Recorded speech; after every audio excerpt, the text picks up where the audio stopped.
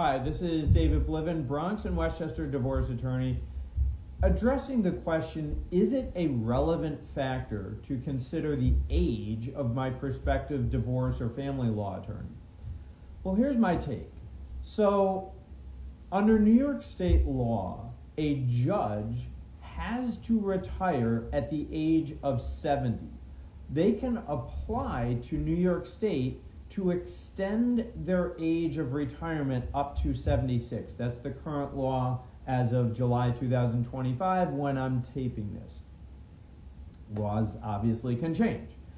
But what New York State is in effect saying is when you reach the age of 70, we're not really sure whether you're capable of acting as a judge in any particular case, let alone a divorce case, which can be more complex than other types of cases.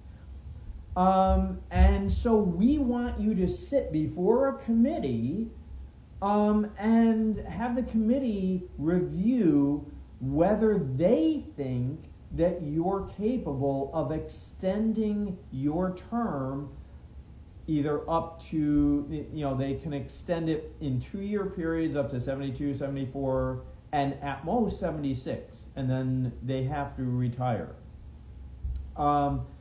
So the key thing is there is no oversight committee with respect to quote-unquote mere lawyers. So, in other words, you're going in, sitting down with an attorney, they kind of look old, no offense. You may want to ask, hey, this is no offense to you, but how old are you? If they say, well, I'm 74. Again, is this meaning you should hear, oh, this attorney's 74, let me get up and walk out of the office? Absolutely not. There's, the President of the United States, as of July 2024, 79 years old. Bernie Sanders, another prominent congressperson, he's, I think, 82 or 83 years old. Certainly Joe Biden, although, obviously in his last few years of his presidency, obviously was on the decline, but he served as president well beyond 80. There's other prominent lawyers, judges, politicians that are still capable of doing what they do beyond the age of 70 or even 75. So this is obviously painting with a broad brush, and this is not me saying just because the attorney is 72, 73, 74 years old that they're incapable of handling your case.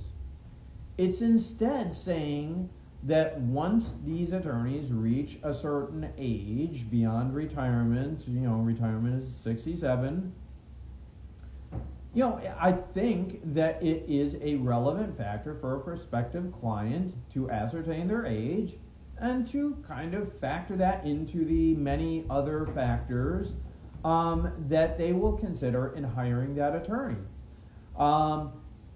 You'll also want to ask, especially an older attorney like that, you'll want to ask them, okay, wait a second, the minute I walk out of this office, who's actually going to be doing the work on my case? Is it you? Are you still putting in 40, 50, 60-hour work weeks at the age of 72, 73, 74? And if the answer is no, I just kind of show up in court when I'm called to. Well, again, that should be a relevant factor that you'll want to consider. Who is actually going to be doing the work? How closely are you supervising that person if 4 days a week you're on the golf course because, you're 72, 73, 74 years old, and somebody with 10 years experience or 15 years experience is back in the office doing the bulk of the work on your complex divorce or family law matter.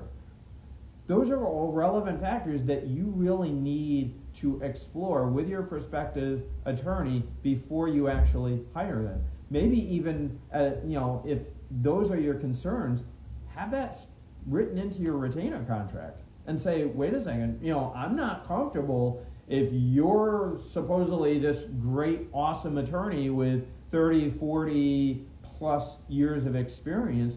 I want you on my case. You're the one that's supposed to be doing all or most of the work on my case, and you're the one that's supposed to be showing up in court by yourself, not, oh, you're wheeling yourself in almost, and really the person that's doing the vast majority of the talking in court is your much younger associate attorney.